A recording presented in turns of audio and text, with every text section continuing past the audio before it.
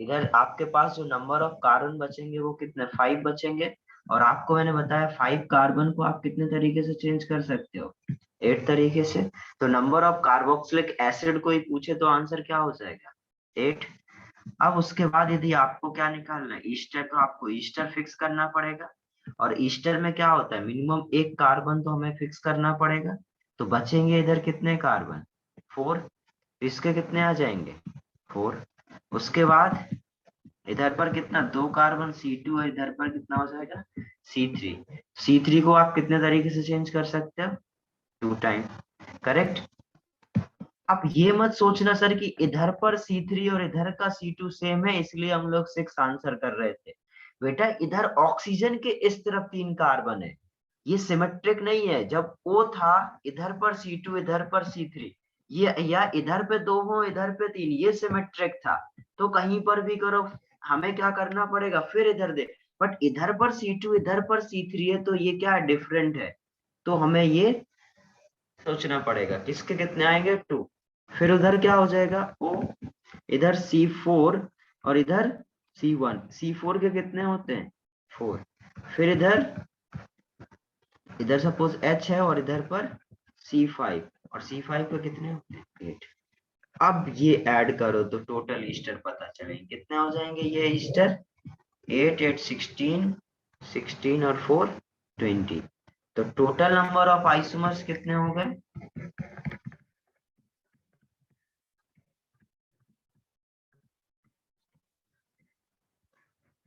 अभी आया क्या समझ में सभी को।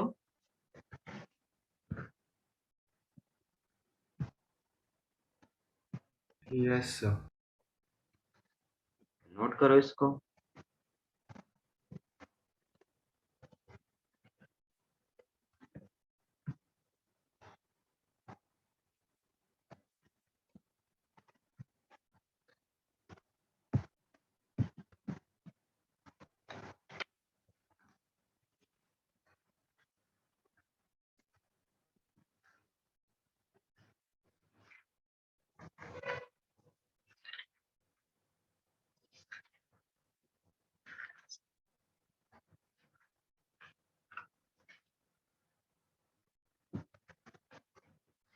तो अभी नंबर ऑफ आइसोमर्स के देखो, आपके बुकलेट में जितने भी क्वेश्चंस हैं, IUPAC वाली बुकलेट में स्ट्रक्चरल अलग से दे, उसी में दे रखा है।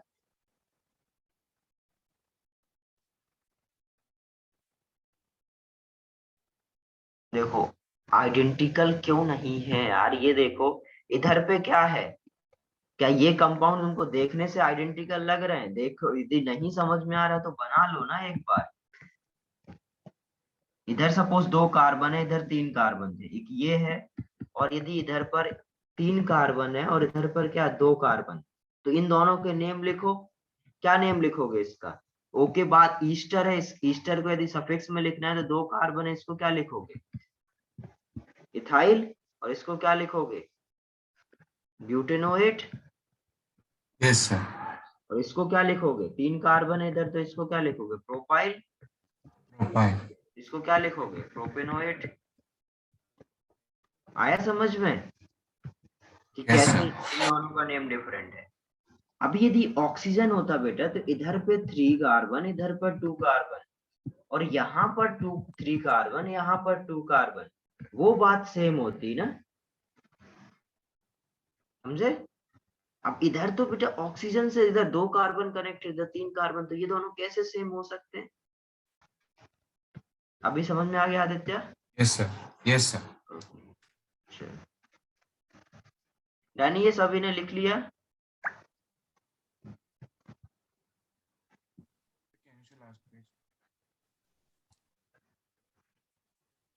अब हम लोग देखते हैं जरा नेक्स्ट टाइप, फंक्शनल तक देख लिए थे, अब हम लोग फोर्थ देखते हैं, मेटामेरिज्म।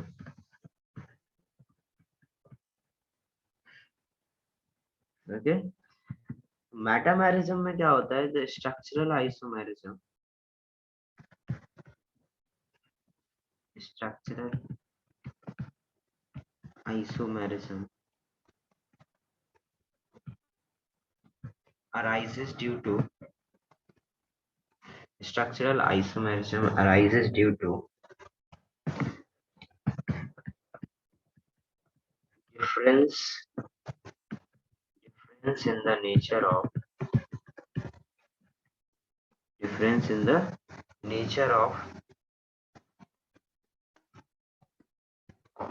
Alkyl group. पहले डेफिनेशन सभी लोग साथ में लिखो, फिर समझा दूंगा।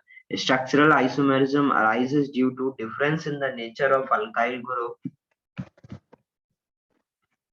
Difference in the nature of alkyl group attached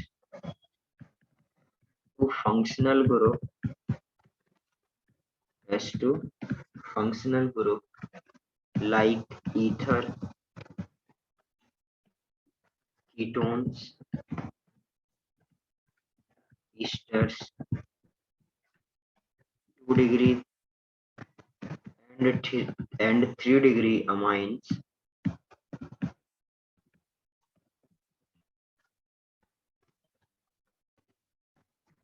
is called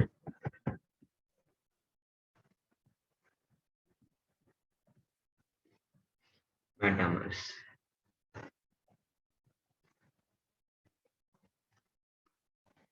ठीक है,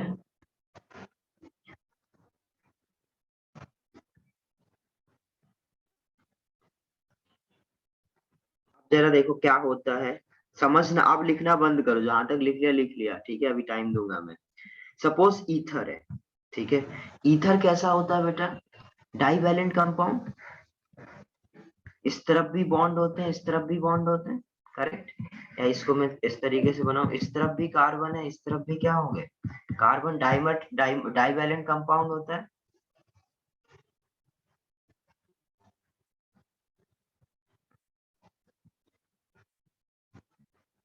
ईस्टर के बाद क्या लिखा है? ईस्टर के बाद लिखा है 2 डिग्री एंड 3 डिग्री अमाइन।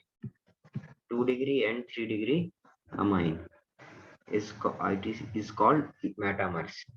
अब लिखना बंद करो, इधर समझो जरा सभी लोग। यदि सपोज ऐसा कोई कंपाउंड है आपके पास, ठीक है, ये क्या है आपका डाइवैलेंट कंपाउंड है। यदि डाइवैलेंट कंपाउंड में ये क्या फंक्शनल ग्रुप है, फंक्शनल ग्रुप के आजू बाजू में, मतलब इस तरफ और इस तरफ, लेफ्ट साइड और राइट साइड में क्या है? अल्काइल ग्रुप है। और अल्काइल ग्रुप का यदि नेचर चेंज हो जाए, मतलब अभी क्या था बेटा? इधर प्रोपाइल, इधर भी क्या था? प्रोपाइल। बट इसके फंक्शनल ग्रुप सेम रहे, बट इसके इस तरफ इसका एक कार्बन उठ के इस तरफ आ जाए, मतलब इस तरफ क्या हो जाए? 4 कार्बन। तो ये क्या हो जाएगा? बचेगा इथाइल। ये क्या हो जाएगा? ब्यूटाइल। तो ऐसे दो कंपाउंड जिनके बेटा वो जिनके स्ट्रक्चर डिफरेंट हो, और उनके स्ट्रक्चर में जो फंक्शनल ग्रुप, जैसे ईथर, मतलब नॉर्मली जितने भी डाई वैलेंट आपके फंक्शनल ग्रुप होते हैं, उनके आजू बाजू के अल्काइल ग्रुप का नेचर चेंज हो जाए। जैसे ये प्रोपाइल था, ये क्या हो गया? इथाइल हो गया। ये प्रोपाइल था, ये क्या हो गया? ब्यूटाइल। तो इस तरीके से या तो मैं ये बोलूं बेटा कि इस तरफ जितने कार्बन थे, उसका एक कार्बन उठ के इधर आ जाए, या 2 कार्बन। मतलब सिंपल बात बोलूं तो नंबर ऑफ कार्बन यदि चेंज हो जाए तो उसको आप क्या बोलोगे? Normally metamerism. क्लियर है?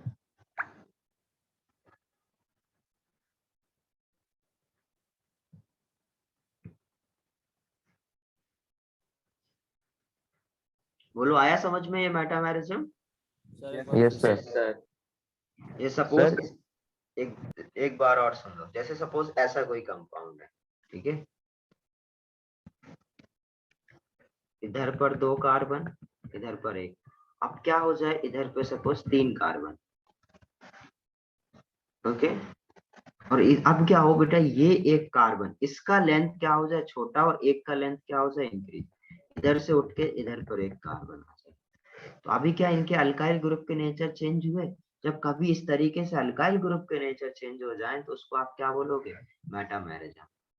अब मेरे से कोई बोल सकता है सर इधर पेरेंट चेन का लेंथ भी चेंज हो गया, तो आप बोल सकते हो कि ये चेन आइसोमर्स भी है, correct.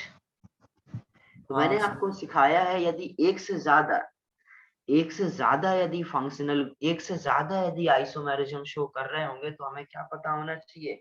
Priority order, seniority order. किसको आप क्या दोगे? प्रायोरिटी दोगे, ठीक है। तो वो प्रायोरिटी ऑर्डर हम लोग अभी देखेंगे कि क्या एक्चुअली में प्रायोरिटी ऑर्डर होता है।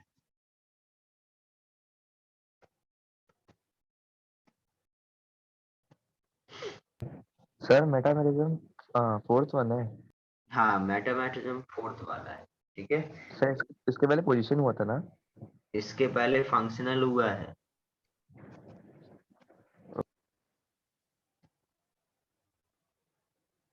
बेसिकली मैंने अभी ये फोर्थ सिखा रहा हूँ, इसको नोट किया। Yes 1 sir. Minute sir. Okay, ये बताओ, अच्छा ये कौन से आइसोमर्स हो?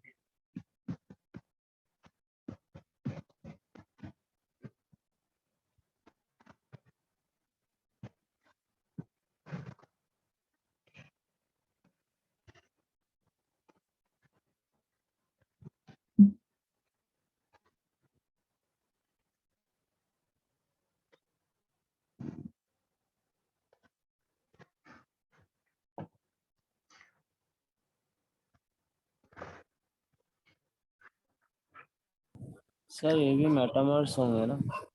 ये भी क्या होंगे? मेटामर्स ही होंगे। इधर क्या हो रहा है देखो, ओके इस साइड 2 कार्बन थे, अभी इसका क्या हो गया, लेंथ चेंज हो गया, सिर्फ 1 कार्बन है। इसको भी हम लोग क्या बोलेंगे? मेटामर्स। लिख लो, ये सारे एग्जांपल्स लिख लो, इनको एक्सप्लेन कर लो। ये देखो लास्ट पेज देखो अदिति।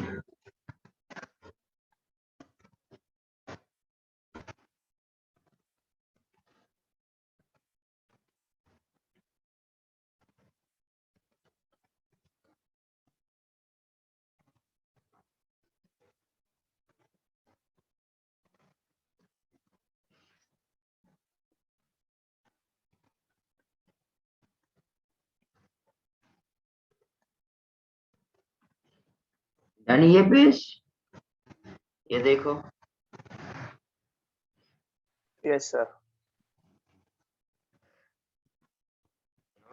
नोट करो इसको।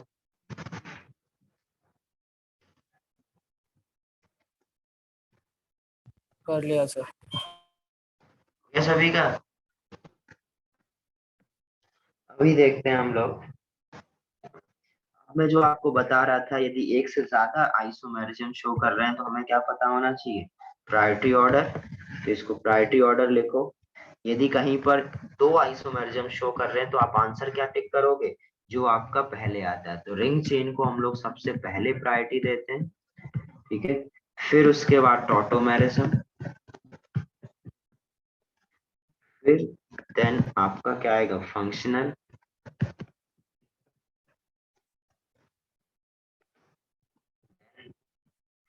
मेटामेरिज्म,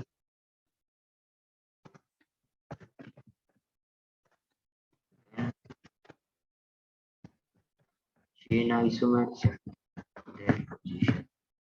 ठीक है, तो जैसे अभी आपने देखा था चेन भी हो रहा था मेटामेरिज्म, तो मैं आंसर क्या बोल रहा था? मेटामेरिज्म। सपोज ऐसा, तो ऐसा कोई क्वेश्चन है,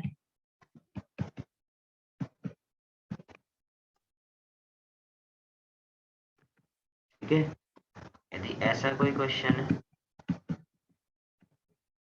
इनको क्या बोलोगे? इसका आंसर करो, इसका आंसर क्या करोगे आप लोग? डायरेक्ट मैसेज करना है, ठीक है, बोलना मत।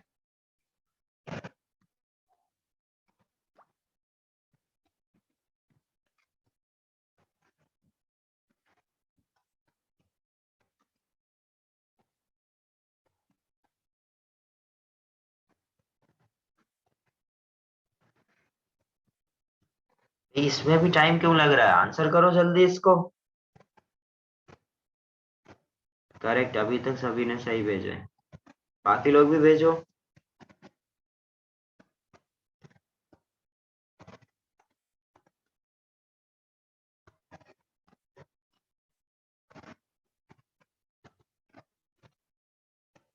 करेक्ट, सभी का सही है।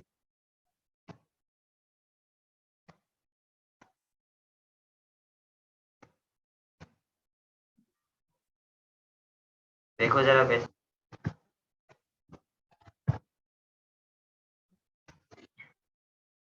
सिंपल क्या, यदि बेटा आपके पास ये कंपाउंड है और ये कंपाउंड, ठीक है, तो इधर आपको देख के लगेगा सर कि ये देखो CO का पोजीशन चेंज हो गया, इधर पे 1 2 3 4 5 6 7 और 1 2 3 4 5 6 7 इधर पर CO3 पर था और इधर CO4 पर है।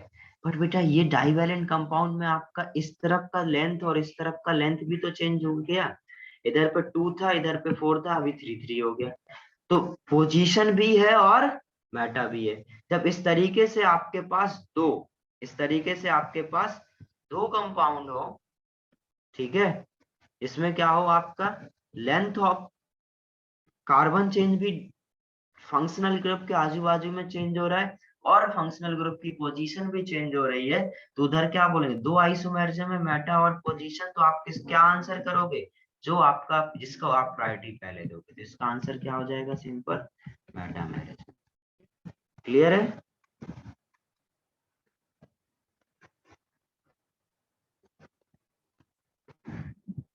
इतना आ गया समझ में सभी को? नोट करो इसको, नोट तो वैसे कर लिया होगा। नेक्स्ट हेडिंग डालो, ring chain isomerism.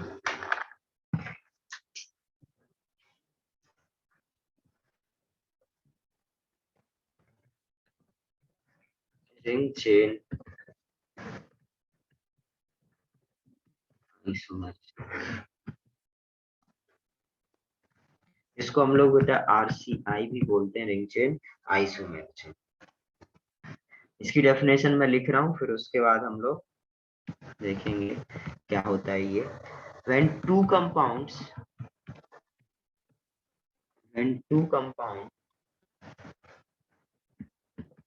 with same molecular formula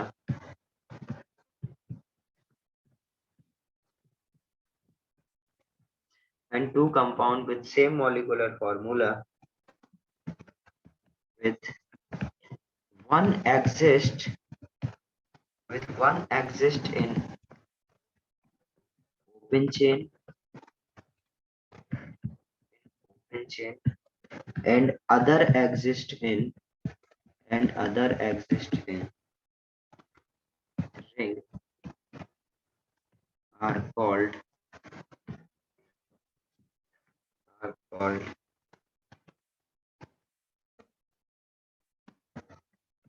ring chain isomerism, are called ring chain isomerism. Okay, तो इसको क्या लिख सकते हैं, it is a part of functional isomerism.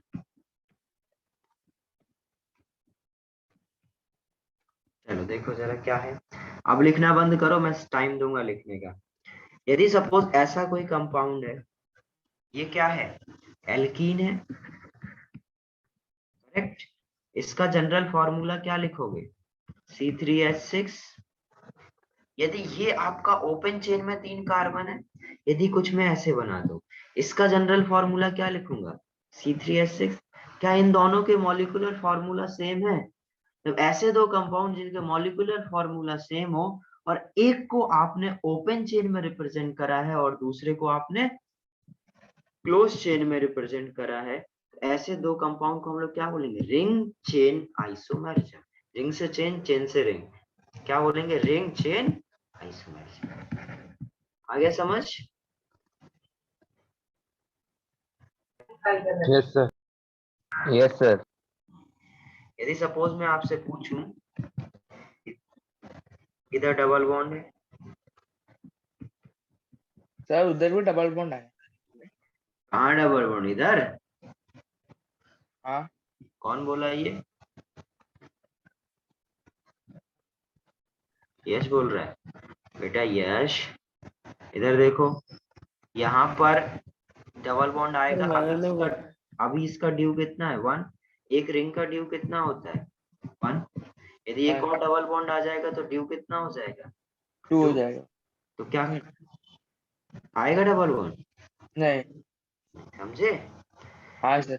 Due आपको बेटा यही हेल्प कर रहा है कि आपको सिंपल, मेरे को सोचना ही नहीं पड़ता, मैं ये लिखता भी नहीं तो मेरे को देख के पता चल गया ड्यू है 1 है, ड्यू 1 है, मतलब इसके मॉलिक्यूलर फॉर्मूला सेम है, सेम है। करेक्ट।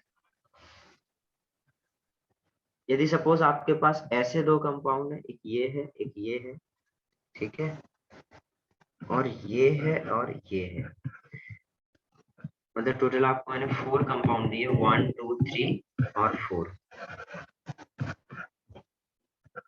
ठीक है।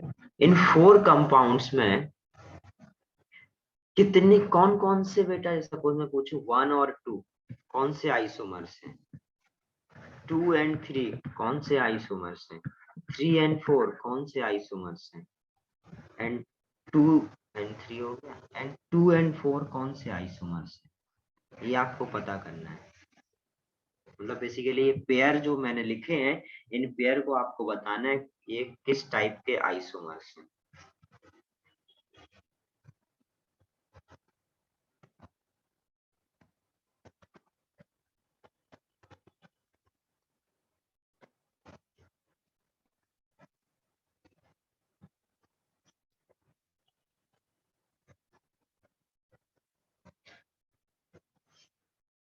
सभी लोग अपने कॉपी में लिखना, फिर मैं बताऊंगा तो मैच कराना, ठीक है।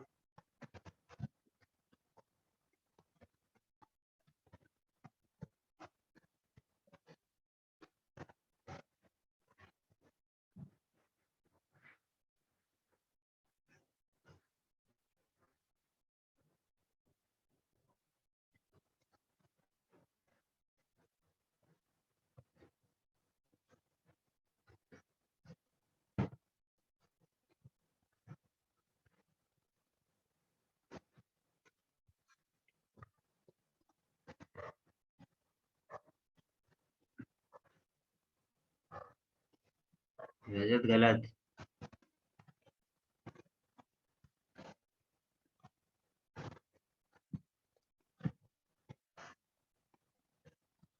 जिसका हो जाए वो आंसर कर सकता है।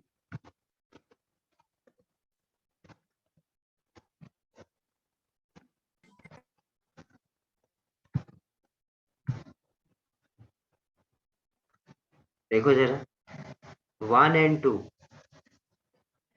1 एंड 2 क्या होगा, 1 एंड 2, इधर पे क्या हो रहा है बेटा, ये भी डबल बॉन्ड है, ये भी डबल बॉन्ड है, ये भी एल्कीन है, ये भी एल्कीन है, करेक्ट।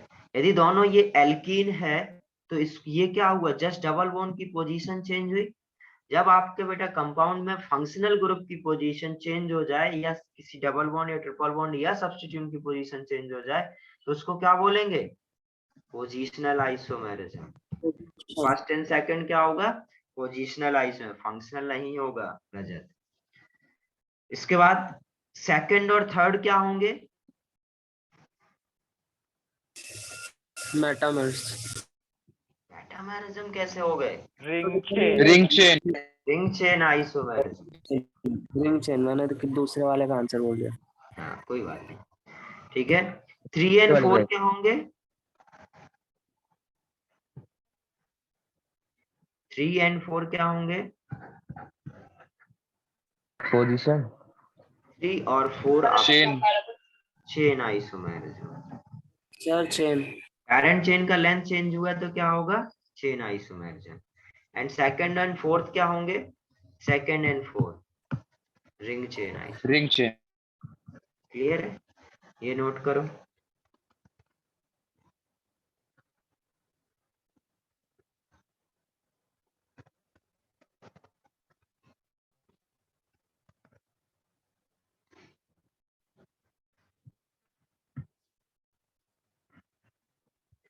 ओके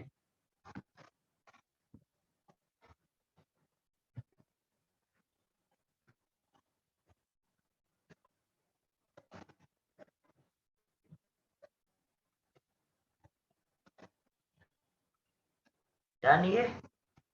सर फोर्थ वाला रिंग है क्या? हाँ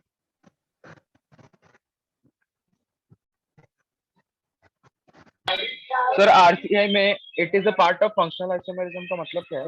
इसका मतलब ये है बेटा कि आप ये भी तो बोल सकते हो सर, ये एल्कीन था और ये आपका सैचुरेटेड कंपाउंड बन गया, तो इनमें भी सर फंक्शनल ग्रुप तो चेंज हुआ। यदि फंक्शनल ग्रुप चेंज हुआ तो आप फंक्शनल भी तो बोल सकते हो, ये फंक्शनल भी हैं, ये फंक्शनल भी है, बट आपको पता है प्रायोरिटी ग्रुप प्रायोरिटी ऑर्डर में मैंने क्या बोला था, आप रिंग चेन को प्रायोरिटी देंगे। क्लियर? Okay sir.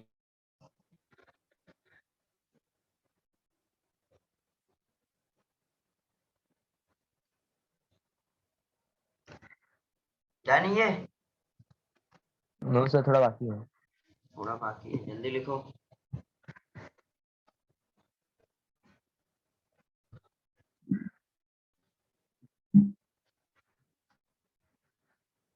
हो गया सर।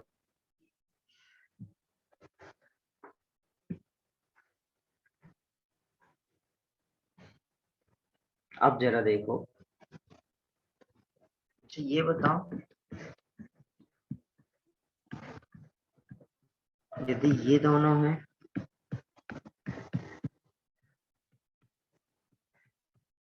ये क्या होंगे?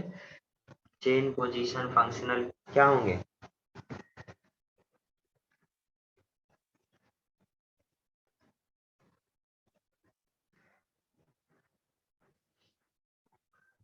पोजीशन भी लग रहे होंगे, यस सर। पोजीशन लग रहा है ना? पोजीशन लग रहा है। चेन भी लग रहा है क्या? चेन नहीं लग रहा नहीं होगा। सर, चेन नहीं नहीं लग रहा। तो देखो अब ये दोनों बेटा आपके पोजीशन भी है, पोजीशन है, और आपका क्या है बेटा, ये फंक्शनल भी है। एक्चुअली में इसको हम लोग क्या बोलेंगे, ये आपका एलिफैटिक एल्कोहल है, जबकि ये एरोमेटिक एल्कोहल है। मतलब ये सीधे डायरेक्ट बेंजीन से कनेक्टेड है। तो मैं जब आपको आईयूपीए से बता रहा था तो मैंने बोला था कि यदि बेंजीन से डायरेक्ट कनेक्ट है तो इसको आप क्या बोल सकते हो, फिनॉल। करेक्ट? तो इसको नॉर्मली हम लोग अल्कोहल बोलेंगे और इसको क्या बोल सकते हैं, फिनॉल। तो बेसिकली इधर पे क्या चेंज हुआ, फंक्शनल आइसोमेरिज्म, फंक्शनल ग्रुप भी चेंज हुआ। जब कभी भी आपको पता है एक से ज्यादा होगा तो फंक्शनल ग्रुप को आप क्या करोगे, प्रायोरिटी, क्योंकि आपने प्रायोरिटी ऑर्डर में लिखा है। तो इन दोनों को या तो इसको नोट डाल के लिख लो, ठीक है, नोट डाल के लिख लो, in case of functional isomerism, in case of functional isomerism, chain isomerism and position isomerism are neglected. Clear है? तो इस क्या है बेटा, ये दोनों आपके फंक्शनल आइसोमर, एक फिनॉल है और एक नॉर्मल एल्कोहल, इसको आप क्या बोलोगे, फंक्शनल आइसोमरिज्म।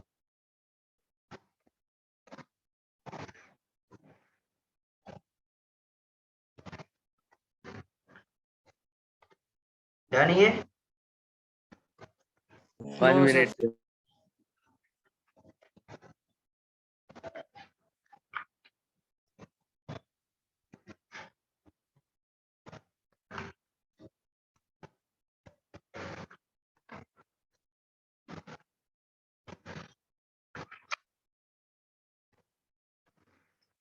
होमोलॉग्स तो पता होंगे तुम लोगों को क्या होता है? क्या सर? होमोलॉग्स, होमोलोगस सीरीज, देखो नहीं पता हाँ होगा, सर। कुछ लोगों को नहीं पता होगा, लिख लो इसको भी।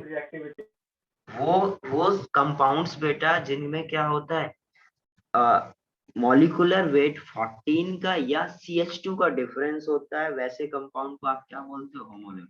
जैसे सपोज एक क्या CH3OH और एक कंपाउंड क्या CH3CH2OH। तो इन दोनों कंपाउंड में देखोगे बेटा CH3 भी है, OH CH3 भी है, और डिफरेंस क्या है, CH2 का। CS2 का। वो कंपाउंड बेटा जिसमें क्या हो, CH2 का डिफरेंस हो, उन कंपाउंड्स को आप क्या बोलेंगे, होमोलॉग्स। होमोलॉग। और या तो क्या बोल सकते हो, वो कंपाउंड जिनमें मॉलिक्यूलर वेट 14 का यदि डिफरेंस हो, देख सकते हो बेटा, एक कार्बन दो हाइड्रोजन 12 + 2 14, 14 प्लस 14 का यदि डिफरेंस होगा तो उसको होमोलॉग्स बोलेंगे। तो होमोलॉग्स क्या हो गया, compounds with same general formula,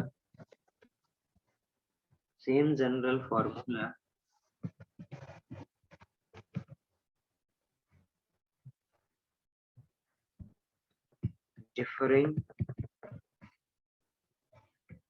by same structural unit CH2 or molecular weight by 14 unit. Clear है? नोट करो इसको.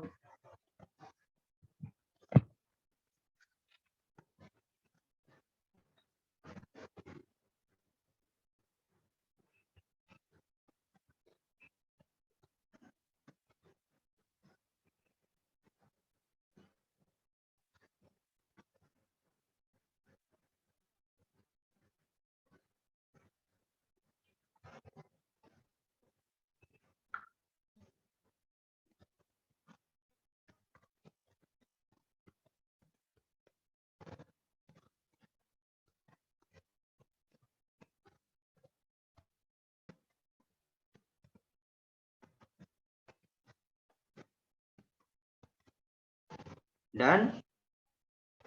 Yes, sir.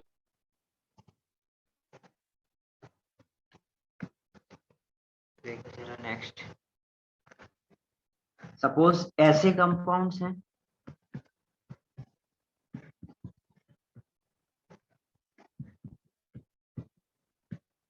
इसको क्या बोलोगे? इन दोनों कंपाउंड में क्या डिफरेंस है? CH2 का. इन दोनों कंपाउंड में क्या अंतर है? CH2 का. तो ऐसे बेटा कंपाउंड, यदि एक से ज्यादा कंपाउंड इस तरीके से हर एक कंपाउंड में CH2 का डिफरेंस आए तो इनको क्या बोलोगे? होमोलॉग्स. इसको क्या बोलोगे? होमोलॉग्स. इसको क्या बोलोगे? होमोलॉग्स. और इन सारे कंपाउंड को क्या बोलोगे? Homologous series. क्या बोलेंगे? Homologous series. तो कई बार आपसे होमोलॉगस सीरीज पूछ लेता है तो आप क्या बोलेगा कि फर्स्ट फोर कंपाउंड लिखो इसके होमोलॉगस सीरीज के. तो 4 लिख दो बेटा. कैसे? एक CH2 के डिफरेंस पर. समझ गए? जैसे कि अगर अल्केन पूछा था तो अल्केन इसमें लिख दे. हाँ, मतलब वो जनरल फॉर्मूले से लिख दे. अल्केन. सपोज इसके आपसे बोले कोई 4 होमोलॉगस कंपाउंड लिखो, इसमें क्या करते जाओ? एक एक कार्बन. CC 4C और 5C. करेक्ट. इस तरीके से एक एक कार्बन इंक्रीज. ये भी क्या हो गया? आपके होमोलॉगस. नोट करो इसको.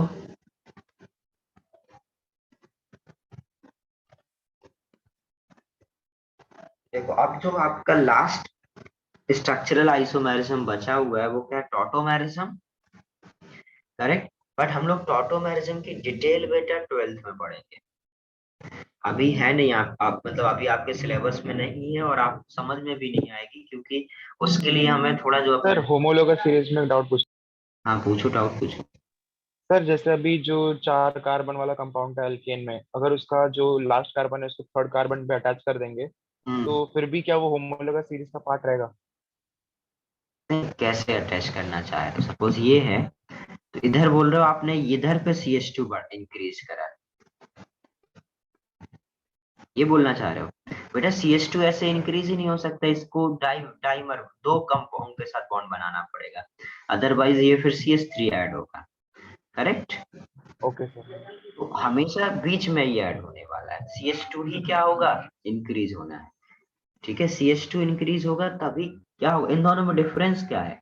सिर्फ CH2 का ही तो डिफरेंस है. तो CH2 का डिफरेंस होगा तभी आप इसको होमोलॉगस बोलोगे. Okay sir.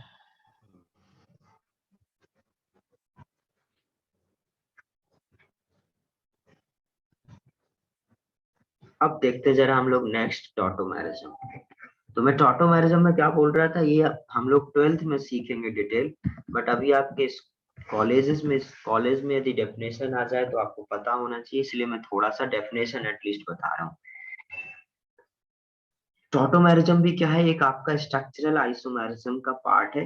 बट इसको समझने के लिए हम लोग जो next chapter general organic chemistry GOC पढ़ेंगे, उसमें हम लोग सीखेंगे रेजोनेंस, इंडक्टिव इफेक्ट वगैरह. आप लोग को थोड़ा रेजोनेंस का आइडिया है बट उससे काम नहीं चलेगा. तो इधर क्या, यदि सपोज टॉटोमेरिज्म है तो सबसे पहले हम लोग डेफिनेशन लिखें. तो structural isomerism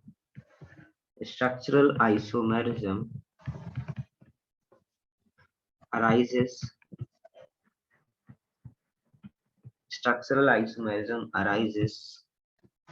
due to migration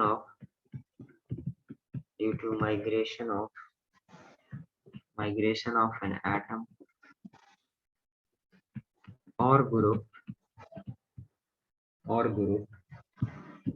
between carbon and oxygen or carbon and nitrogen or nitrogen and nitrogen is called tautomerism.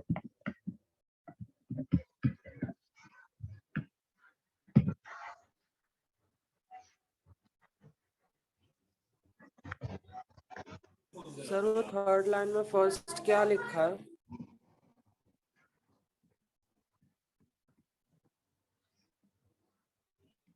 वो एंड समझा था सर, वो बस सी नहीं समझा था। अच्छा,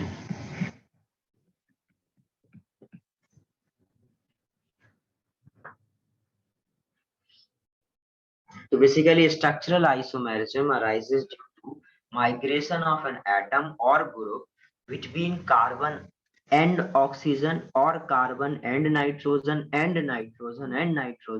it's called tautomerism. आप समझते हैं जरा क्या कहने की कोशिश कर रहा है? आप लिखना बंद कर दो। सपोज आपका बेटा HCN है, ठीक है।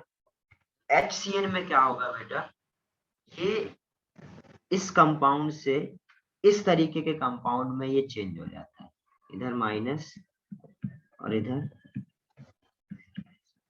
अब आप देख सकते हो बेटा कि कार्बन पर ये हाइड्रोजन क्या हुआ, कार्बन से माइग्रेट होकर कहां पर पहुंच गया, हाइड्रोजन पर पहुंच गया।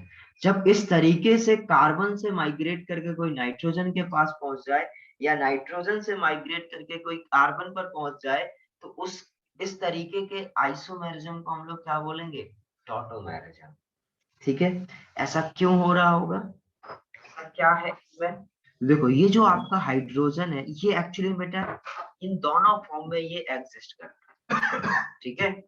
तो ये यदि आपका हाइड्रोजन है, तो ये हाइड्रोजन सपोज निकलेगा, तो ये कैसे निकलेगा, H+ के फॉर्म में। ऐसे समझो कि ये इस तरीके का बॉन्ड था और ये बॉन्ड ब्रेक हुआ, तो ये इसके ऊपर माइनस आएगा, इसके ऊपर H+, फिर इसके लोन पेयर का क्या करेंगे, इसको इलेक्ट्रॉन, और लोन पेयर इसको इलेक्ट्रॉन देंगे तो इसके ऊपर क्या आएगा, पॉजिटिव नेगेटिव। तो ये एक दूसरे पे बेटा क्या होते रहते हैं, इंटर कन्वर्टेबल होते हैं, एक दूसरे पे चेंज होते रहते हैं। और जो थोड़ा सा ज्यादा स्टेबल होता है वो उस फॉर्म में ये थोड़ा सा ज्यादा एग्जिस्ट करता है, ठीक है। तो इस तरीके के चेंज को हम लोग क्या बोलेंगे, टॉटोमेरिज्म। सपोज ऐसा कुछ हो रहा है, इधर पर 3 हाइड्रोजन है और इधर पर एक COH है। तो ये यदि इस तरीके से, अब आपको पता है बेटा कार्बन का हाइड्रोजन ऑक्सीजन के पास पहुंच जाए, तो कार्बन का हाइड्रोजन ऑक्सीजन के पास कब पहुंचेगा, जब ये निकलेगा, इधर माइनस बनाएगा, ये माइनस बनाएगा, तो ये क्या कर सकता है, रेजोनेंस की कंडीशन आ गई क्या, नेगेटिव सिंगल डबल, याद होगा बॉन्डिंग में सिखाया था। Yes sir. तो ये नेगेटिव सिंगल डबल से इधर डबल बॉन्ड आएगा, इधर पर O- और इधर मार्केट में H+ घूम रहा, तो ये नेगेटिव क्या करेगा, इसको इलेक्ट्रॉन दे देगा, और ये कुछ कैसे दिखने लगेगा, CH डबल बॉन्ड CH और OH। क्या ओवरऑल देखोगे तो क्या पता चला, हाइड्रोजन माइग्रेट करके कहां पर पहुंच गया, ऑक्सीजन के पास पहुंच गया।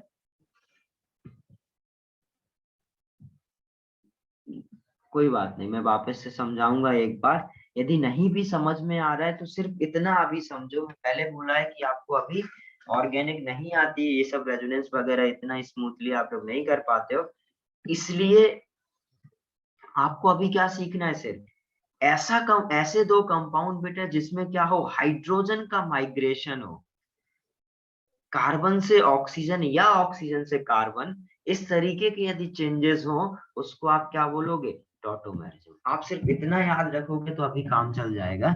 ठीक है, बाकी एक बार मैं और कोशिश कर रहा हूँ इसको समझाने का।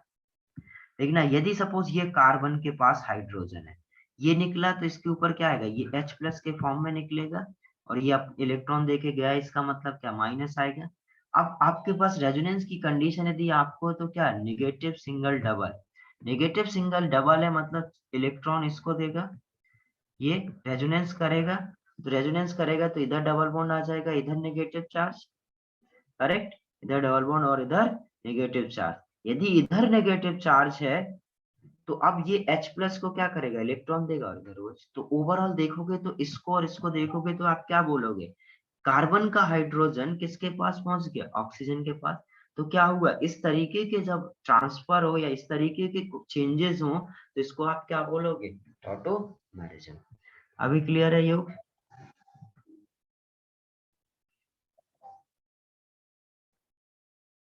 आया सभी को समझ में? Yes sir. चलो बढ़िया, नोट करो इसको।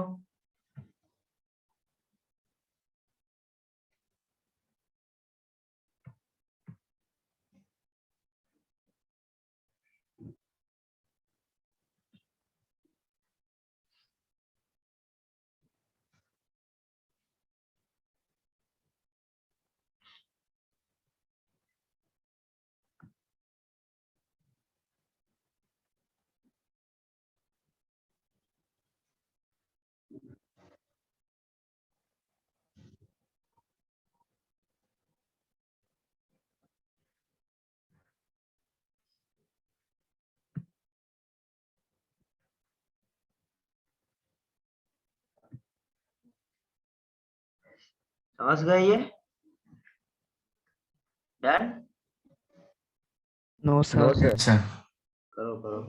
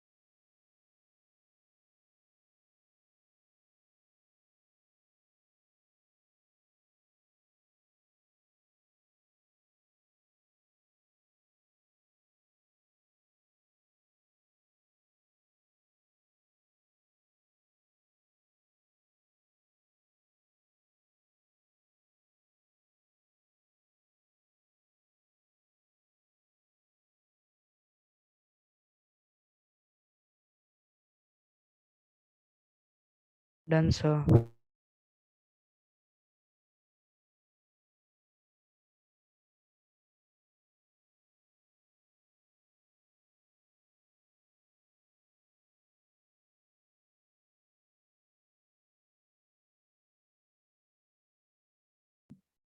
हो गया क्या?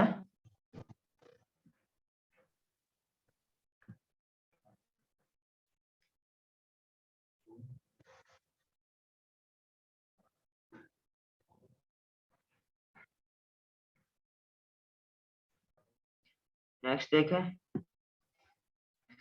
अब सपोज मैं आपसे थोड़ा, ये आपको जो थ्योरेटिकल पार्ट है, जितना भी स्ट्रक्चरल आइसोमेरिज्म का जो थ्योरेटिकल पार्ट है वो आपका कंप्लीट हो गया। बट मैं आपसे एक दो क्वेश्चंस और पूछ रहा हूँ। अभी एक दो टाइप के क्वेश्चंस और बाकी हैं। सपोज आपसे मैं पूछूं, इसके इस particular chemical formula, suppose carb दे रखा है आपके पास C3, या C3 छोड़ो, C5H13N, ठीक है, C5H13N, इसके कितने टोटल नंबर ऑफ आइसोमर्स होंगे? छोड़, C5 थोड़ा ज्यादा हो जाएगा, पहले C4 करते हैं। C4H11 के नंबर ऑफ पॉसिबल आइसोमर्स, ठीक है, नंबर ऑफ पॉसिबल आइसोमर्स आपको फाइंड आउट करना है। करो जरा कोशिश, क्या करते हैं देखें।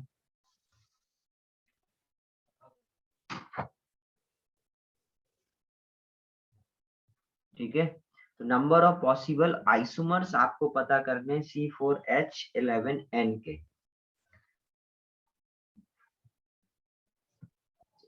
इसको मैं, ठीक है, फिर आप लोग करना नेक्स्ट।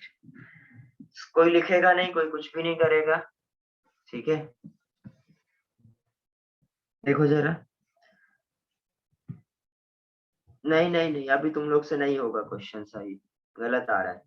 ठीक है, देखो जरा, C4H11 के 8 आ रहे हैं आप लोग के, क्यों हरी? C4H के, या आप C5 वाले के भेजे हो 8 स्वयं?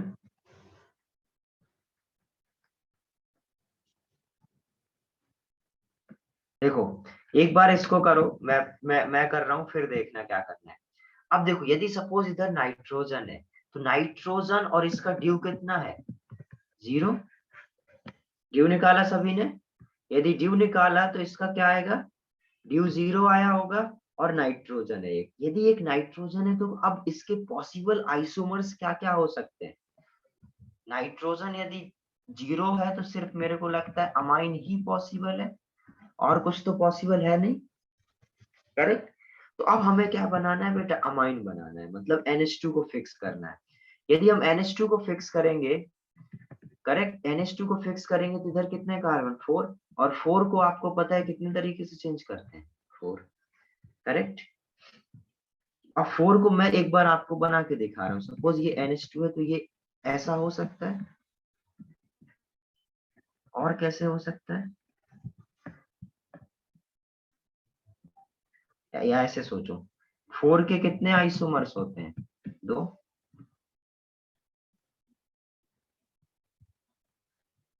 ओके मयंक, अभी चेक करते हैं कितने आते हैं।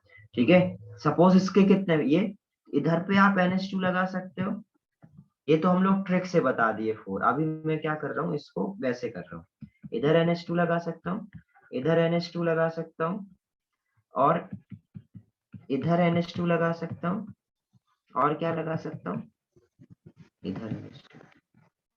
ठीक है, तो ये सारे क्या है? Amine, correct. और सब में हमें कितने मिल गए? टोटल 4 अमाइन मिल गए, यही हमारे ट्रिक से भी आ रहा था। एक्चुअली में देखो, इसको हम लोग क्या बोलते हैं बेटा? 1 डिग्री अमाइन।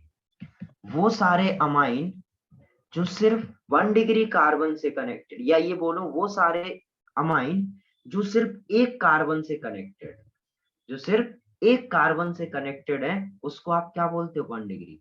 तो ये एक्चुअली में जो आपके आए C4NH2, ये आपके क्या है? 1 डिग्री अमाइन। ऐसा भी तो हो सकता है कि ऐसा कुछ हो इसमें बेटा इधर एक कार्बन और हो, मतलब अब इधर कितने कार्बन बचेंगे? C3। इस तरफ एक कार्बन में फिक्स कर दो, इसका भी तो ड्यू 0 है, इसका भी तो मॉलिक्यूलर फॉर्मूला क्या रहेगा?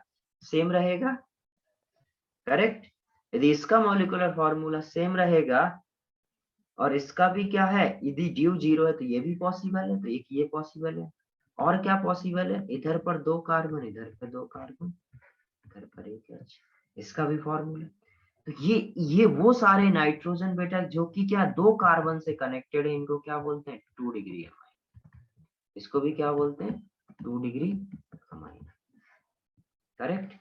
और क्या हो सकता है? ऐसा हो सकता है कि अब इधर में फिक्स कर दो, 2 ये नाइट्रोजन हटा दो, तो ये भी क्या हो जाएगा बेटा? 3 कार्बन से कनेक्टेड है, तो इसको क्या बोलेंगे हम लोग? 3 डिग्री अमाइन। और ये भी पॉसिबल है, इसका भी मॉलिक्यूलर फॉर्मूला क्या है? सेम है, ड्यू क्या है? 0 है, सारे सिंगल बॉन्ड है, करेक्ट। तो टोटल कोई पूछे 1 डिग्री अमाइन कितने बने, क्या बोलोगे? 4। 2 डिग्री अमाइन कितने बने? क्या इसके अलावा कोई और अमाइन पॉसिबल है? एक ये और जरूर पॉसिबल है जो मैंने छोड़ दिया, ठीक है। इधर नाइट्रोजन लिखो, इधर पे एक कार्बन, ठीक है, और इधर पर इस तरीके से यदि ये ऐड हो जाए, करेक्ट। तो इसके तीन तीन को आपको पता है बेटा, तीन को दो तरीके से चेंज करते हैं, चार को चार तरीके से, तीन को मैंने कितने दो तरीके से। तो टोटल 2 डिग्री अमाइन कितने आए आपके 3, और 3 डिग्री अमाइन कितने आएंगे 1। तो आंसर तो ठीक है 8 ही आ रहा है, ठीक है। बट क्या ये सोच के करा था जिसने भी आंसर 8 भेजा था? हरी स्वयं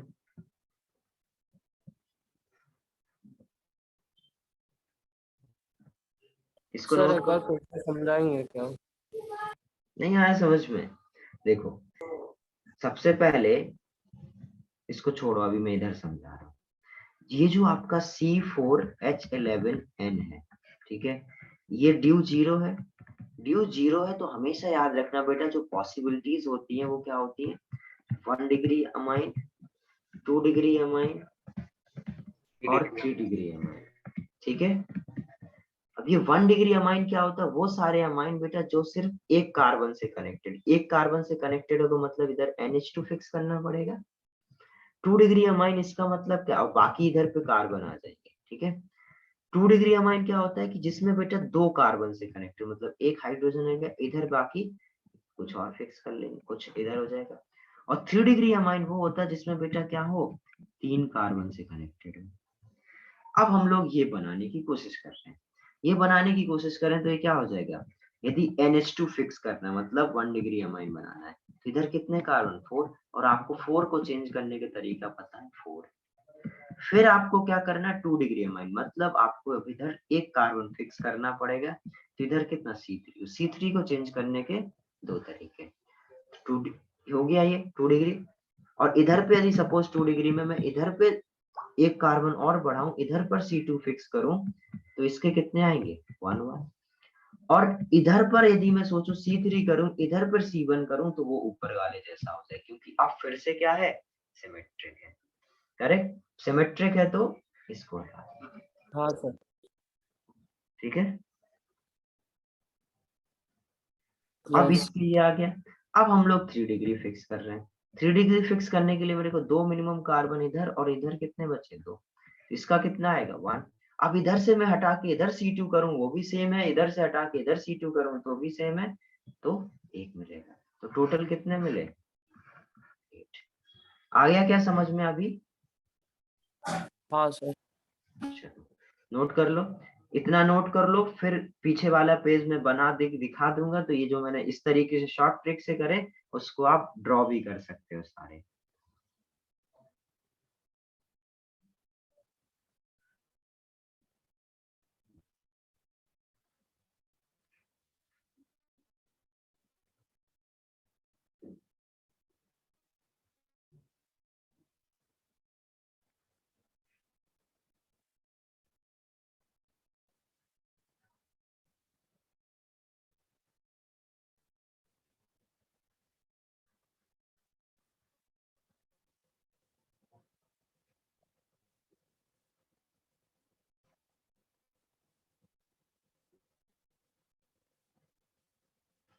ये हो गया ये पेज।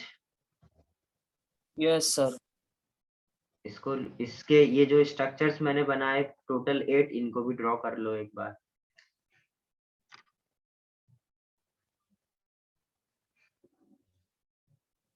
तो इस तरीके का कंपाउंड जो नाइट्रोजन दे रखा हो, और नाइट्रोजन दे रखा हो, और आपका क्या हो 0 डिग्री ड्यू जो है आपका 0 दे रखा होगा, तब आप क्या करेंगे, इस तरीके से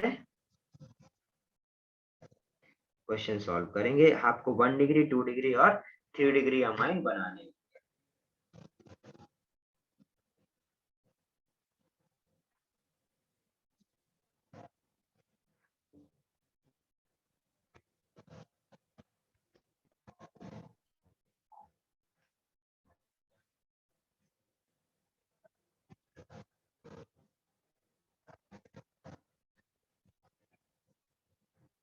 डन अभी?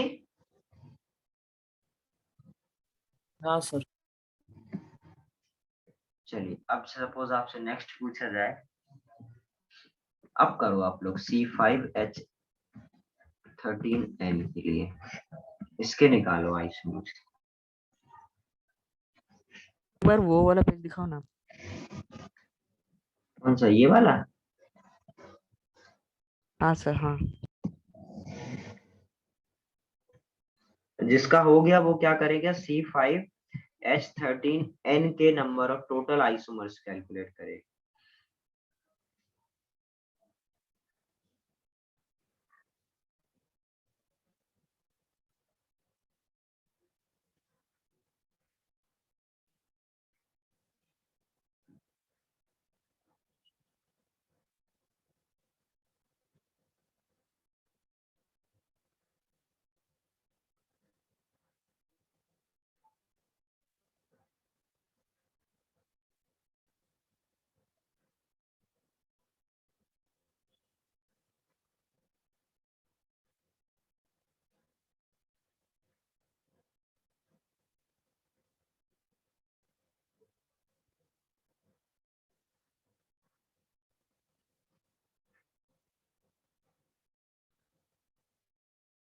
Done sir.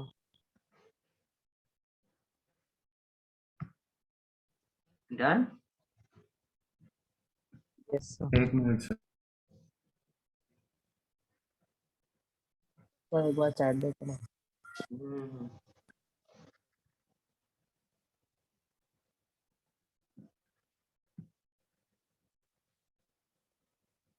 मेरे को भी याद तो नहीं है, बट स्वयं का आंसर मेरे को ठीक लग रहा है।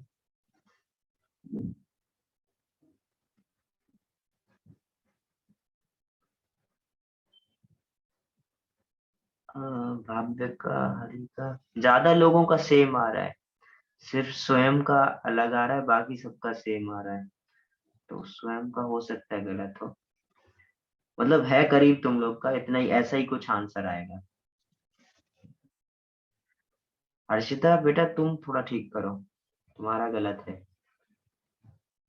बहुत दूर है। बाकी तो सभी का, और स्वयं तुम भी चेक करो एक बार।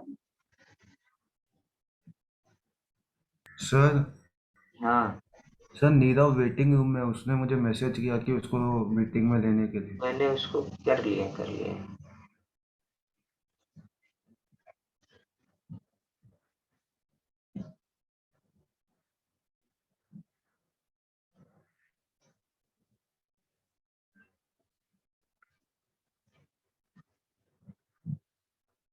हरी हरी हरी हरी का सभी के सेम ही आ रहे हैं, ओके। बताऊं अभी मैं? 1 मिनट सर।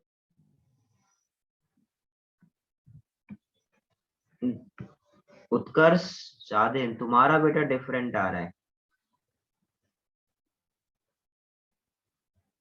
नहीं नहीं नहीं नहीं नहीं, स्वयं तुम्हारा प्राइमरी तो 7 नहीं हो सकते, प्राइमरी तो 8 ही होंगे।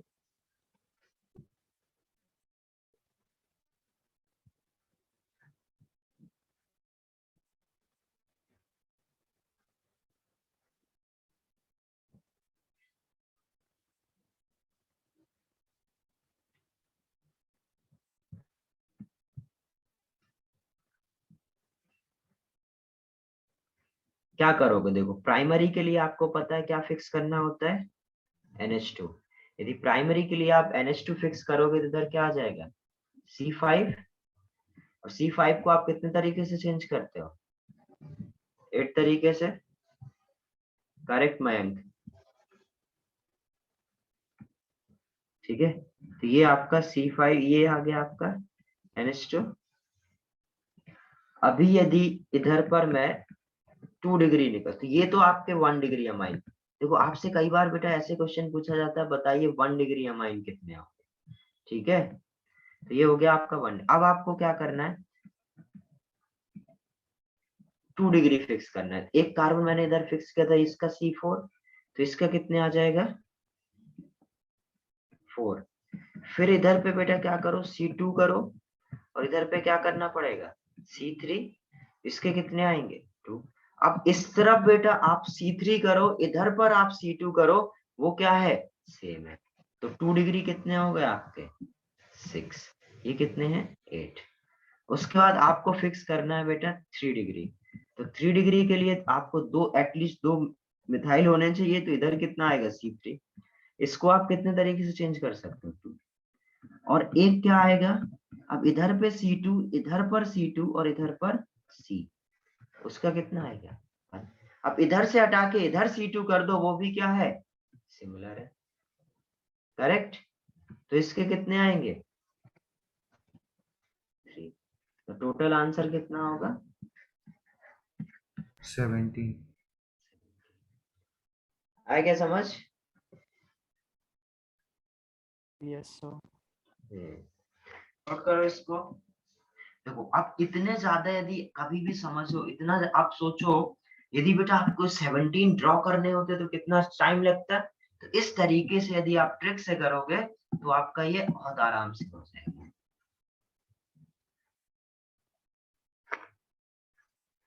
सर हाँ बोलो। सर एक बार चैट देखे ना, थोड़ा कंफ्यूजन है। कंफ्यूजन है क्या, चैट में तुमने 21 भेजा है आंसर, 21 नहीं गलत नहीं, है। उससे पहले सर, उससे पहले वो 21 गलत है मालूम है। उससे पहले क्या लिखा है तुमने, बोलो क्या बोलना चाह रहे हो, मैं पता नहीं क्या है। अच्छा ये if you sir if we have the any functional group, एक मिनट कहाँ गया, और पीछे चला गया तुम्हारा वो मैसेज।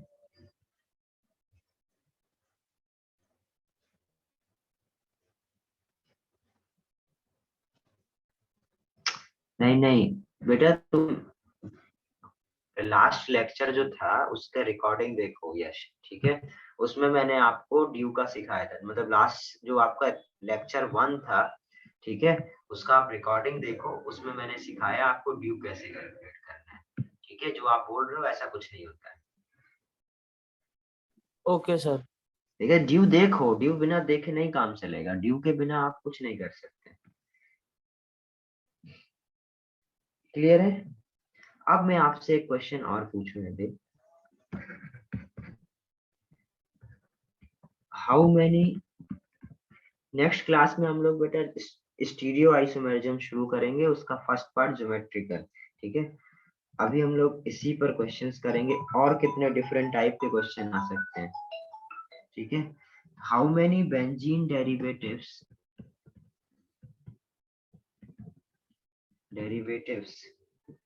structural are possible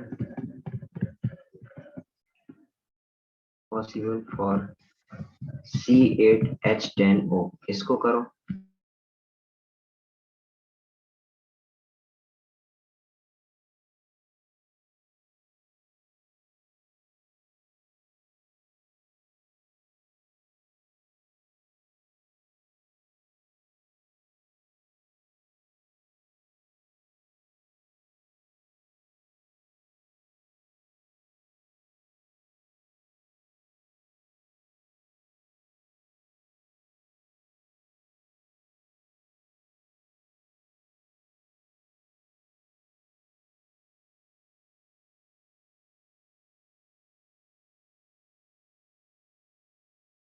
समझ रहे हो ना क्या करना है, इसका ड्यू निकालोगे तो 4 आया होगा, करेक्ट।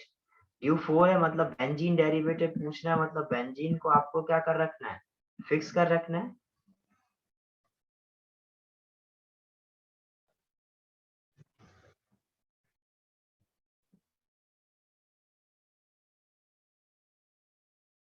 इसके पॉसिबल आइसोमर आप कैलकुलेट करो, कोशिश करो।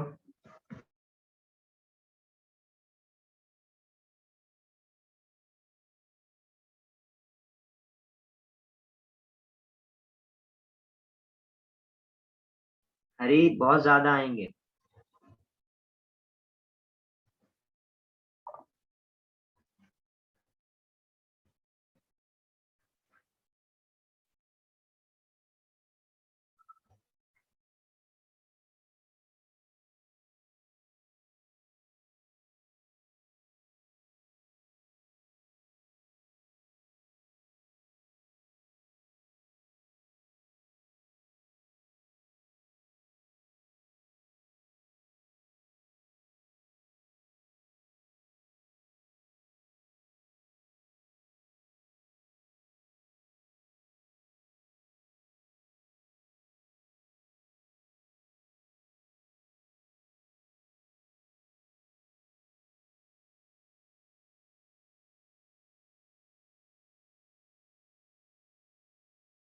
में सोचो क्या क्या पॉसिबल है, कितने आपके डिफरेंट आइसोमर बन सकते हैं।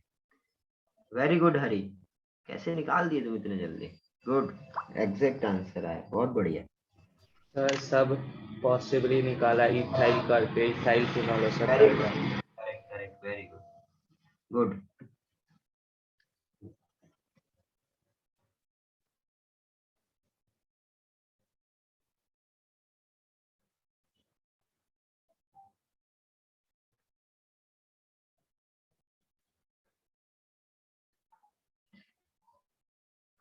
बाकी लोग भी करो, कर सकते हो आप।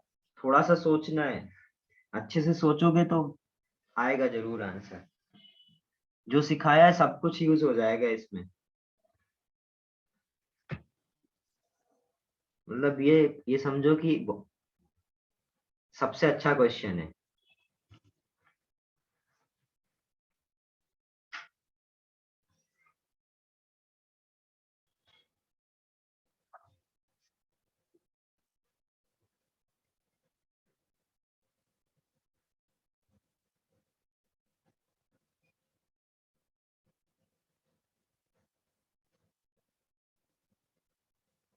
नहीं नहीं नहीं स्वयं, तुम सोच ही नहीं पा रहे हो।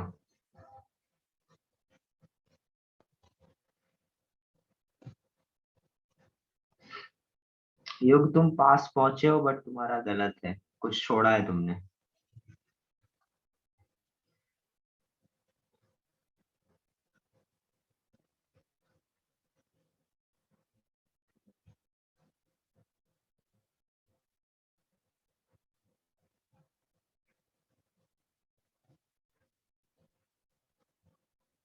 तो थोड़ा सा हिंट दूं, यदि सपोज ड्यू इसका 4 है और बेंजीन डेरिवेटिव चाहिए, इसका मतलब क्या है, इसका ड्यू कितना होता है 4। तो अब यदि ड्यू 4 सारा इसी में यूज हो गया तो आपका एक ऑक्सीजन के साथ क्या पॉसिबल है, एक अल्कोहल या ईथर, करेक्ट। Yes sir. अब सर स्क्रीन जूम कर दिया आपने, क्या स्क्रीन जूम कर दिया मतलब एकदम बड़ा बड़ा क्या है हो रहा है, बस फिर से बोलो। जूम कर दिया, जूम। बराबर है सर, यश तेरा बराबर है zoom सर। तूने जूम किया हुआ शायद। तुम देखो बेटा अपना है, मेरा मैंने कुछ नहीं किया, ठीक है। ये देखो, तो बेसिकली यदि ड्यू 4 है तो क्या पॉसिबल है बेटा, सारा ड्यू इसमें यूज हो गया तो अब एल्कोहल, एक ऑक्सीजन के साथ एल्कोहल और ईथर ही पॉसिबल है। तो सबसे पहले हम लोग एल्कोहल बनाते हैं। एल्कोहल बनाना है तो आपके पास ऑप्शन क्या है, आपके पास टोटल 8 कार्बन है, 6 इधर यूज हो गया, 7 और 8 इधर पे, सपोज ये कि ये OH आ जाए, करेक्ट। एक ये पॉसिबल है, और क्या पॉसिबल है, इस तरीके से OH, एक ये पॉसिबल है, करेक्ट। उसके बाद क्या, ये दो वाले तो ये, अब हम इनको थोड़ा अलग करें, मतलब जो इथाइल था अब उसको हम लोग अलग अलग कर दे। तो सपोज इधर पर OH। अच्छा ये बताओ ये क्या है, जैसे मैंने एक क्वेश्चन कराया था आपको, इधर पे F और ये इधर पे Cl, इसके कितने आए थे 3, तो इसके कितने आएंगे 3। तो अब इनको आपको जो मैंने बोला था ना, याद कर लो, ये यूज होगा, ये देखो आज ही यूज होना है।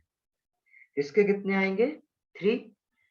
ये ऐसे और कैसे, और क्या पॉसिबिलिटी है इनके अलग तरीके से होने का, एक ये पॉसिबिलिटी है, ये इस तरीके से, ये भी क्या है दो।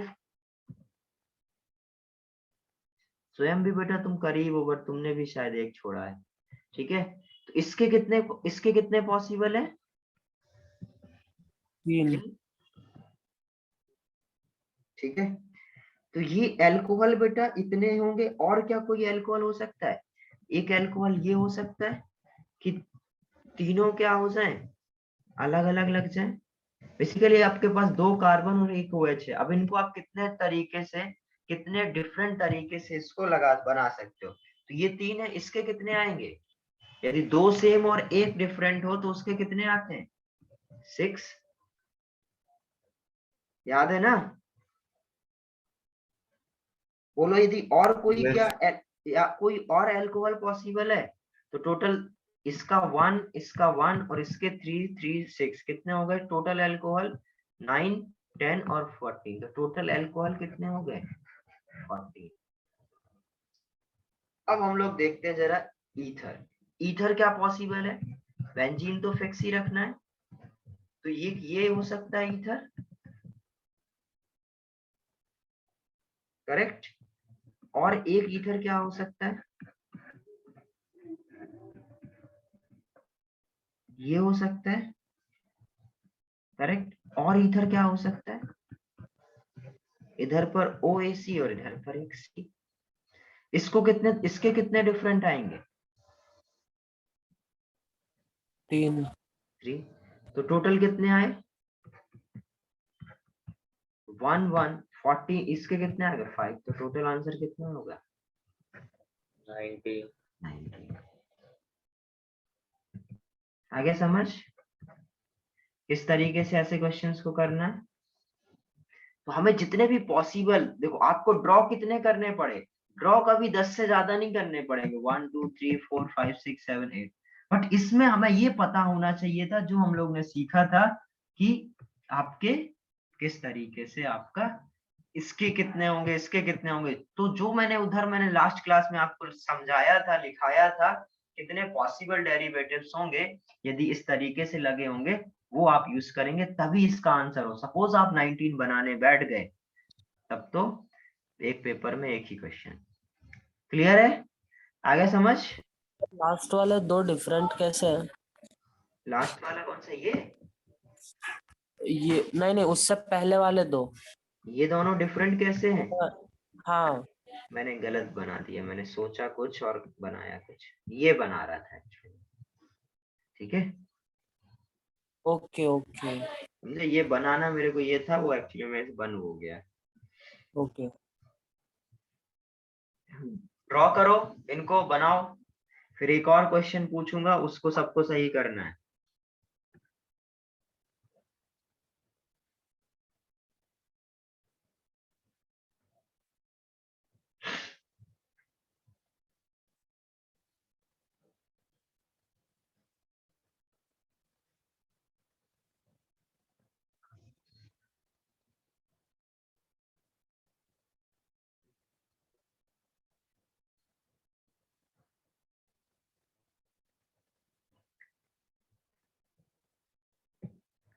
हो गया था।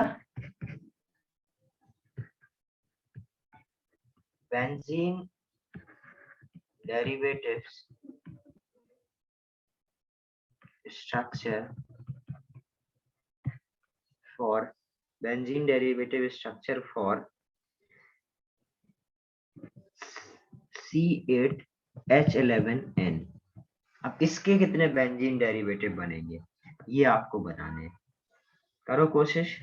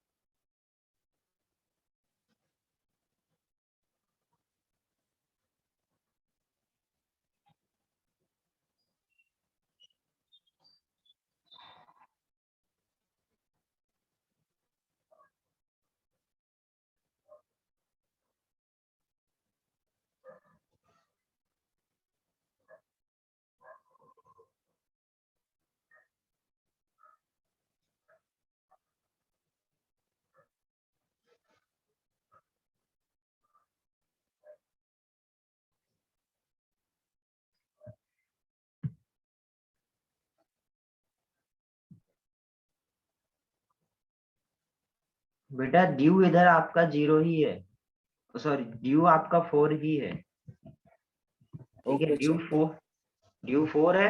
और यदि ड्यू 4 है तो सारा का सारा ड्यू कहाँ यूज होगा, बेंजीन में यूज होगा। ठीक है, तो आपको इसलिए बेंजीन डेरिवेटिव बताना है। लास्ट ओके स्लाइड किसको देखनी है, एक मिनट देखो ये लास्ट स्लाइड।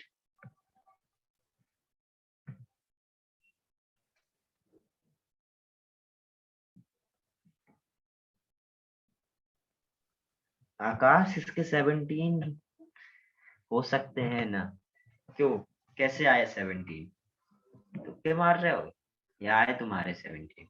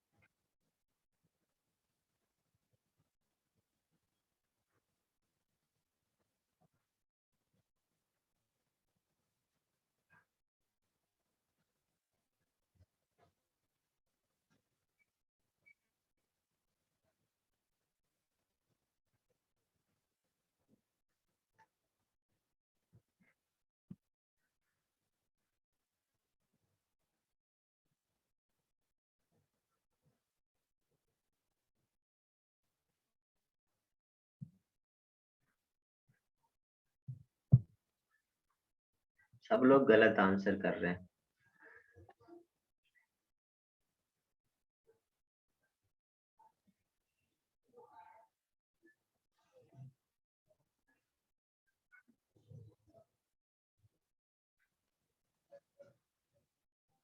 वेरी गुड भाव।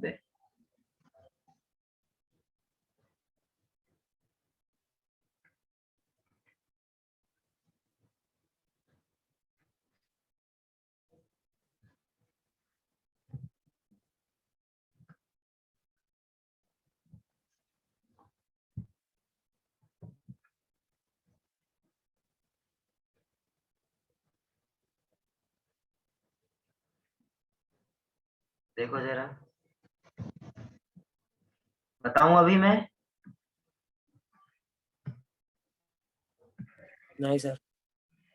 सर चलो करो, करो सभी लोग। देखो भापिका आया, तुम लोग का भी आना चाहिए आंसर।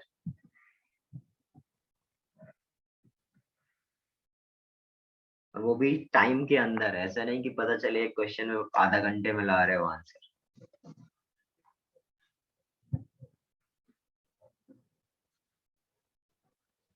जितने भी पॉसिबल है वो सारे पॉसिबल लिखो, ठीक है।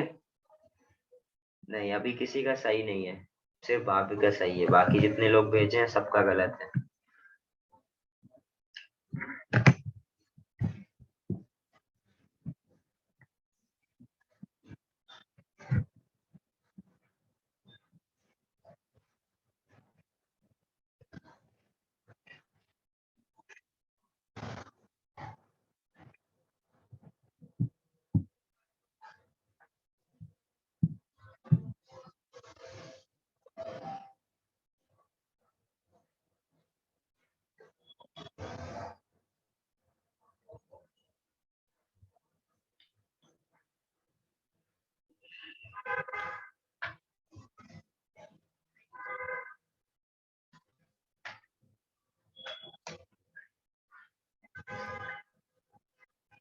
नहीं स्वयं, योग गलत है, सबका गलत है बेसिकली।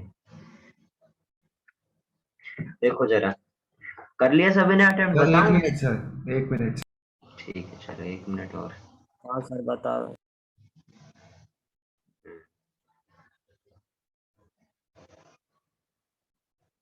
या घर पे ट्राई करोगे इसको?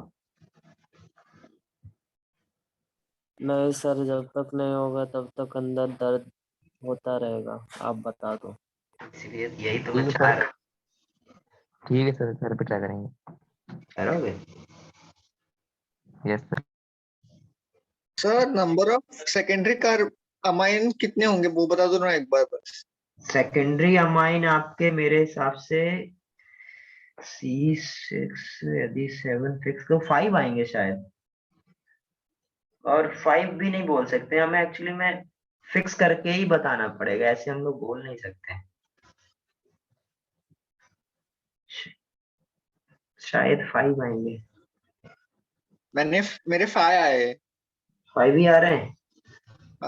तो इसके लिए कंफर्म कर रहा हूँ किसमें रॉन्ग है, टर्शियरी में कि प्राइमरी में, सेकेंडरी में। हाँ ठीक है, 5 ठीक है, सेकेंडरी 5 ठीक है, और टर्सरी आपका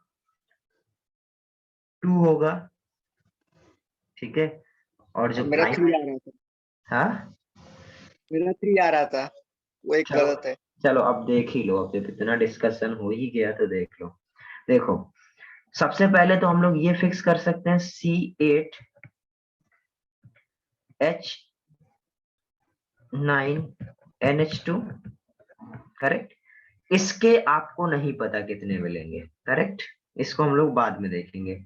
यदि सपोज मैं इधर पे फिक्स करूं एक कार्बन, इधर 7, एक ये पॉसिबल है, इसके हमें देखने पड़ेंगे इसको कितने तरीके से चेंज कर सकते हैं। और क्या हो सकता है, नाइट्रोजन, और अभी इधर पे 2 कार्बन कर दूं मैं, तो इधर क्या आएगा C6 तो बेंजीन में ही जाएगा, तो इसका एक फिक्स है, करेक्ट। और क्या हो सकता है, अब यदि मैं ये तो 2 डिग्री वाले पॉसिबिलिटीज होंगे, 3 डिग्री वाले पॉसिबिलिटीज क्या होंगे, इधर पर C6 एक कार्बन, इसका तो एक ही आएगा, करेक्ट। हाँ हाँ, इसका एक ही आएगा, करेक्ट, और तो कुछ आएगा नहीं। ठीक है, अब हम लोग जरा इसको समझते हैं, इसके कितने आएंगे। सबसे पहले सबसे छोटा शुरू करा करो, तो ये कंपाउंड है आपका जो बेंजीन है, ये नाइट्रोजन इधर, इधर एक कार्बन। अब इधर पे बेटा 7 कार्बन किस तरीके से हो सकते हैं, ये 7 कार्बन एक इधर हो सकता है, यदि इधर हुआ तो इसके कितने पॉसिबल होते हैं, 3, करेक्ट। और एक क्या पॉसिबल है, और एक ये पॉसिबल है, नाइट्रोजन इधर पर कार्बन हो और इससे नाइट्रोजन ऐड, करेक्ट, ये एक पॉसिबल है। तो टोटल ये आपके 4 हो गया, मतलब 3 + 1 4, करेक्ट। तो इसके कितने आ गए, 4। तो इसके पता चल गए, इसके और इसके। अब क्या बचा बेटा, वो बचा जिसमें हमें नाइट्रोजन लगाना है, मतलब NH2 लगाना है, और आपके पास टोटल 8 कार्बन है। तो 8 को आप इस तरीके से अरेंज कर सकते हो, इसके कितने होंगे, 4। और NH2 कैसे लगा सकते हो, जब बेटा ये अलग अलग लगा दो आप, तो इसके कितने आएंगे, इसके सॉरी इसके 3, इसके भी 3। और कैसे लग सकते हैं, जब एक कार्बन इधर हो और इधर NH2 लगा के करो, तो इसके भी कितने पॉसिबल है, 3। और कैसे पॉसिबल है,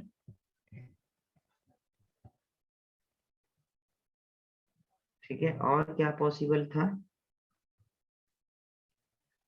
एक तो ये हो सकता है इधर पर NH2 आ जाए, एक ये हो सकता है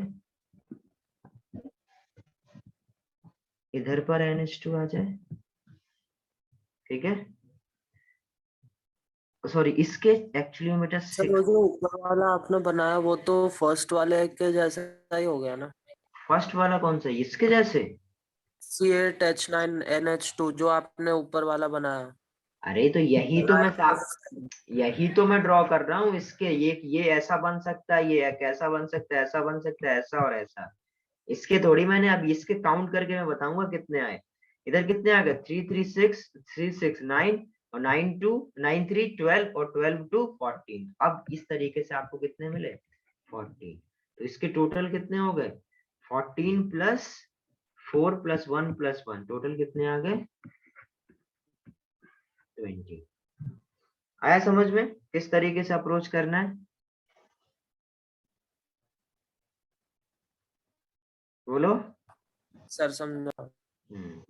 बेटा ये सब क्वेश्चंस अच्छे क्वेश्चंस हैं, पहली बार में जिसने सोचा बहुत बढ़िया, वेरी गुड।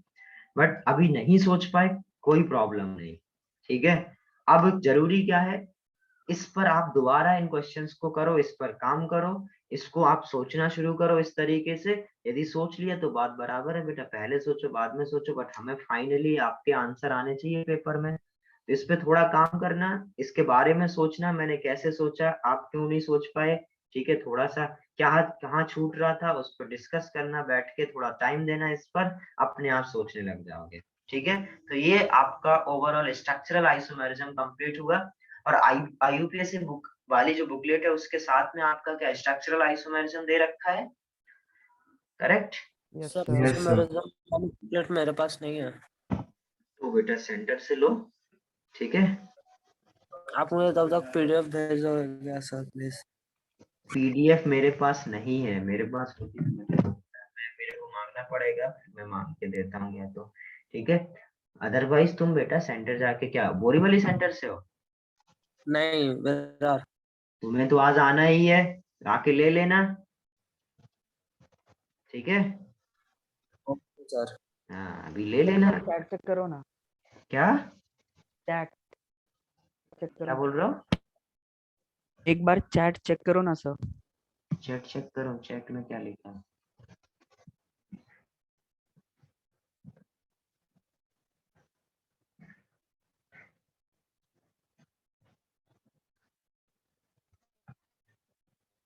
मैं इतना पेरेंट्स मीट पीटीएम का इतना प्रॉब्लम क्या हो, कितना डिस्कस करना है तुमको? बेटा इंडिविजुअली ही होता है पीटीएम। ओके इधर सर। देखो, सुनो, तो मैं क्या बोल रहा था, अब आपको स्ट्रक्चरल आपका कंप्लीट हो गया, तो जो आईयूपीएससी वाली बुकलेट में स्ट्रक्चरल आइसोमेरिज्म दे रखा है उसको पूरा कंप्लीट कर लेना है। Okay, okay sir. चलिए बाय। Bye sir. सर मतलब फिर वो स्ट्रक्चरल आइसोमेरिज्म जो कंप्लीट करना है वो एज अ होमवर्क ही ना? हाँ एज अ होमवर्क ही करना है आपको, कंप्लीट करो उसको। Sir bye sir. चलिए bye, thank you. Bye sir.